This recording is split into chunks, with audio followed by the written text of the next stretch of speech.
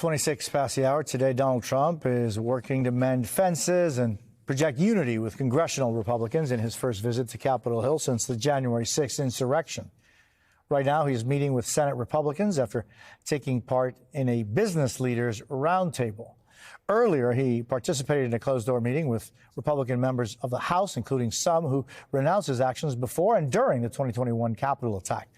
While the Trump campaign tries to focus on the future, the Biden campaign wants everyone to remember the role Trump played that day in a new ad released today. On January 6th, Donald Trump lit a fire in this country. 140 officers were injured.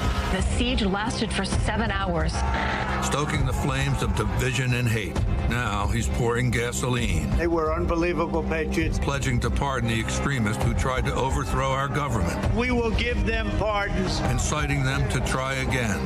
There is nothing more sacred than our democracy. But Donald Trump's ready to burn it all down. And joining us, our NBC News Capitol Hill correspondent Julie Surkin, a former Republican congressman from Florida, Carlos Curbelo, an MSNBC political analyst, and Sam Stein, Politico's deputy managing editor for politics and an MSNBC contributor. So, Julie, what are we expecting from Trump today and his meetings first earlier with the House and now with the Republican Senate?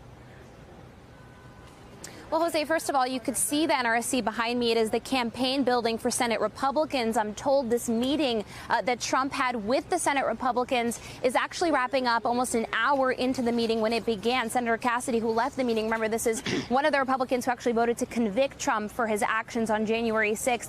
He told my colleagues that, look, Trump had a message of unity. He told Republicans that he is doing better in his campaign than the polls suggest. It's similar to what we heard from my conversations with Republicans who were in the room during his first meeting with House Republicans. There were some other conversations there, including about abortion, having a unified message about that in the room. Some other topics on the economy, the border, and inflation as well. Take a listen to what Congressman Mike Lawler, a moderate Republican from New York, had to say after that meeting.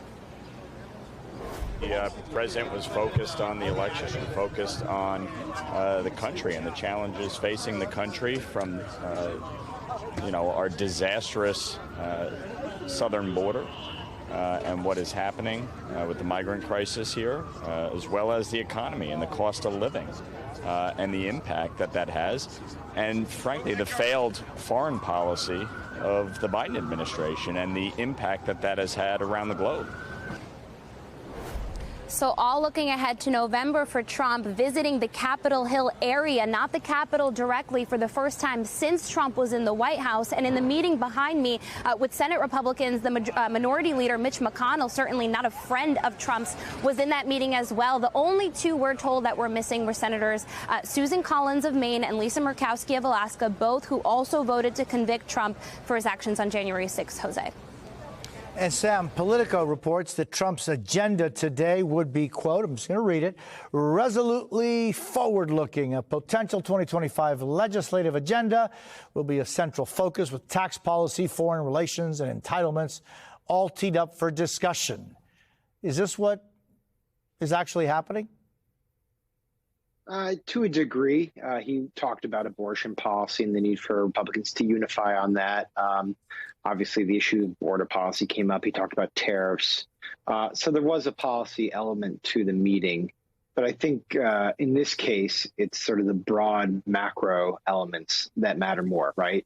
This is obviously his first time back on the Hill since January 6th, but it's also the first test of how Republicans will embrace him following his guilty conviction for 34 counts of falsifying business records. Keep in mind, he is a convicted felon now, and there was, for a small period of time, a little window that maybe Republicans would not rally around him after that conviction. Of course, that window is closed. Virtually everyone except for maybe Larry Hogan in the Republican Party has rallied around him, and today is proof of that, right? I mean, there is not really a bridge that's too far to cross for the Republican Party to embrace Trump as their nominee. January 6th wasn't one. The convictions weren't one. They are gung-ho and all behind him. And yeah, that's what today is about, more so than the policy. So, Sam, I mean, is there or has there been any repercussions for Trump within the Republican Party from those, the convictions? So you got to think of it in two ways. In terms of the elected officials, barely any repercussions, right? I think back to the Access Hollywood tape in 2016, for instance. After that one, there was a number of Republican officials who said, we can't be with this guy. We need to turn away from this guy. Eventually, they did come back to the fold. After January 6th, a number of Republicans voted for his impeachment. A number of them said, we need to get rid of this guy. He is toxic. Famously, Lindsey Graham saying that, I am done. After the guilty convictions, we've had none of that. Virtually everyone in elected leadership has rallied behind Trump and attacked the prosecution. Where I do think there are repercussions is among the voting electorate. We've seen small but tangible signs that a number of Republicans and independents have turned on Trump because of the convictions. Whether that holds up over the course of 5 months is an entirely different question. But that is a repercussion in a close election that matters. Yeah, I mean, Carlos, do you see any repercussions, small or not, to these convictions? And what is today's, and these meetings, it's expected that the former president is going to be speaking there any minute after he emerges from meeting with Republicans, Senate Republicans. But what is it that the impact is having on the Republican Party and its elected officials from Jose, the convictions?